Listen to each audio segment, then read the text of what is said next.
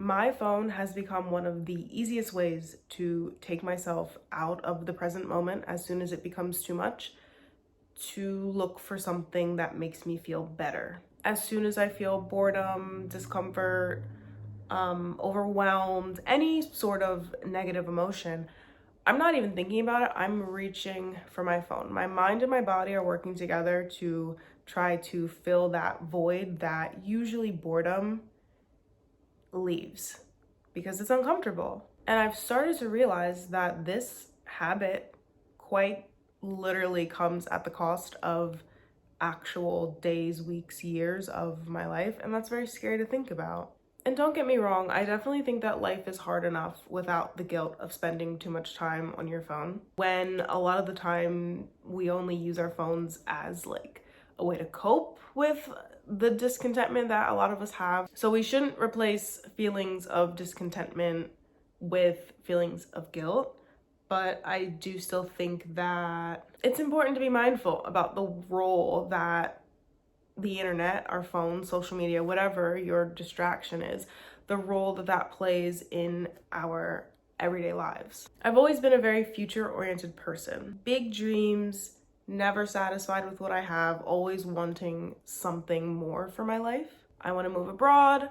I want a career that is fun, fulfilling, pays well. I want to be secure. I want to feel secure because I find a lot of happiness in security. And if you had told me at 18 that at 25 years old, I would be living in Philadelphia in my mom's house, in the bedroom that I grew up in, I would say, you fucking liar, get out, bitch. And for me, this has always been worst case scenario. And I felt like I couldn't feel content or happy with my life if I was living in Philadelphia. Until my current moment looked like how I dreamed of, what I expected of it, I would not be able to be happy, be present where I am. And so I spent years of my life waiting for everything to line up perfectly, only to realize that moments of my life are literally passing me by. As I've gotten older, I've realized like it might be time to start. Like as I spent more years in Philadelphia, time is passing me by. I'm not anywhere where I thought I would be close to. I realized that it's time to start working on being satisfied and happy and content with my life right here in Philadelphia, where I live, what I'm doing, how I spend my days, the people I surround myself with. Like, how can I make the most out of this current moment versus searching online for a better, different moment, even when it's uncomfortable to be really unsure about where your life is going, or if you're gonna have health insurance next year. So there was the quote, "I won't lose this moment searching for another," that made me go like, ooh, constantly searching for another, a better moment, a better version of you, whatever, comes at the cost of your present self. And you don't get this version of yourself back. You don't get this period of your life back. Like, your life is passing you by as you experience it. You're not working towards a life. You are currently living your life. And what is the other quote? Wherever you go, there you are. No matter what you change, no matter what you do, no matter where you work, who your friends are, your hobbies, how much money you have, you cannot escape the self. So no matter how tempting it is to try to outrun yourself, outspend yourself, out-travel yourself, outwork yourself, like, your problems never really go away. They just follow you. And until you learn to face them head on in like the current moment, they will always accompany you, because you're never without the self. Like, you cannot escape the self. So both of these quotes basically just say to me, there is no better time or place to be than firmly rooted in the present moment, even if only for the fact that you can't get these moments back. You can't get this version of yourself back. I just feel like I've wasted years of my life thinking everything will be better when X happens. Everything will be better when Y happens. that is when I will allow myself to feel content, to feel happy, to be present. And as soon as I feel discomfort or discontentment about the current state of myself, my life, I use my phone to search for an idea that will somehow make everything click in my head, in my life. Scrolling is going to help me unlock a secret code to my own life when the whole time the answer has always been like, you know, from here, you know what I mean? The answer to my problems, at the very least, I don't know about yours, but the answer to my problems is always going to be in the boredom, in the discomfort, in the work, in the present. Like, that is where I'm going to build my future. And our phones give us a lot. They give us distractions, illusions, visions, delusions, but they can't give me the presence that I'm looking for. They don't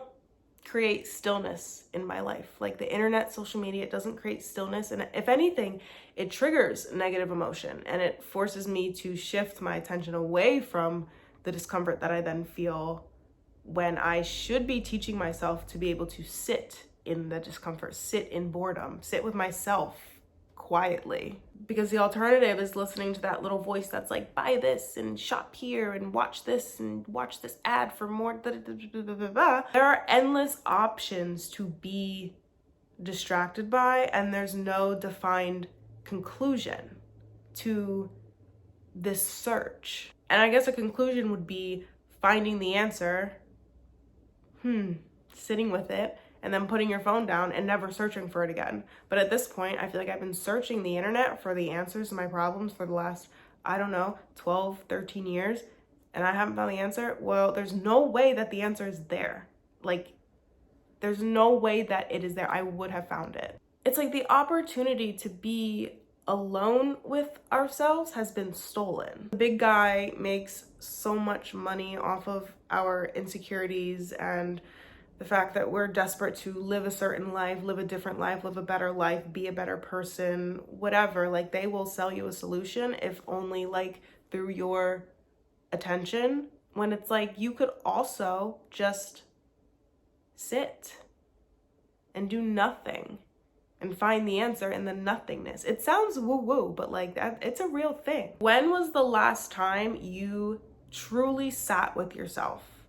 No phone, no music, no podcast, nothing. Like, just sat with yourself in silence, in boredom, in discomfort, without reaching for something. So I challenge you, because I've been challenging myself, I challenge you to sit with yourself for 5 minutes, 10 minutes, an hour, however long you can, and just like notice where your mind goes when everything is quiet.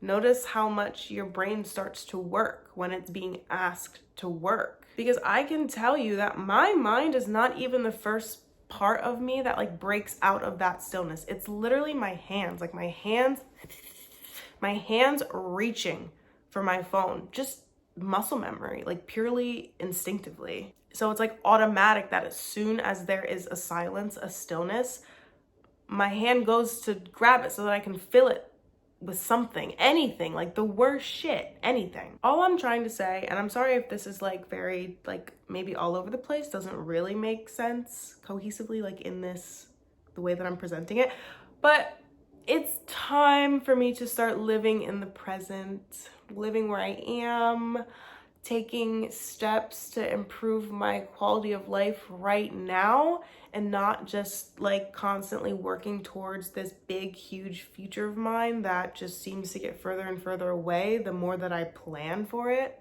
I want to give myself permission to be content here, right now, with the current situation that I'm in, without wanting for something more, searching for something more all the time. Damn, I wasted so many years of my life waiting for change that I was responsible for creating.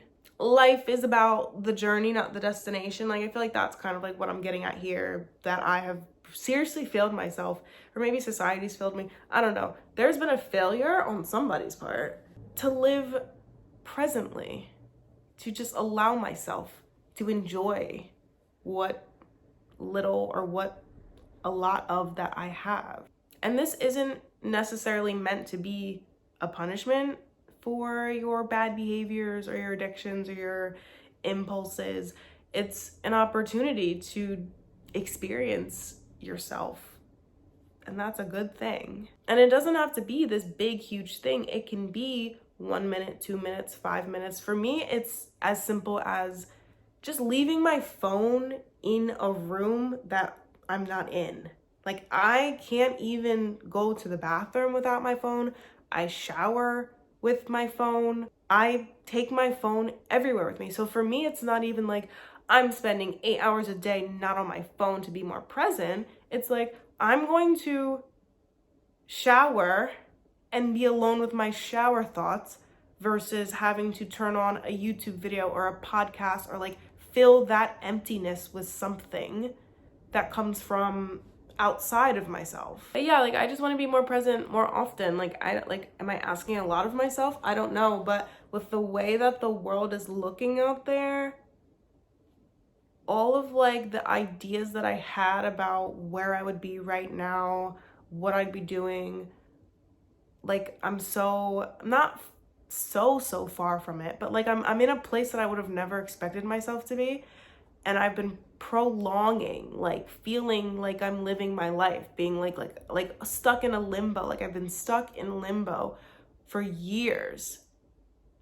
And the whole time, like my life is just passing me by. And I've done plenty of fun things. Like I'm not saying like I've spent all of this time with my head down, like waiting for change. Like I've been out there, I've been doing things. I generally enjoy my life, but I'm definitely in a mindset of this is not where you're supposed to be. Like this is that you're preparing for something. And it's like, what are you preparing for? Prepare for the present moment. Be prepared to be present. How about that? And with that, I'm going to stop talking and say goodbye. I hope you have a great day.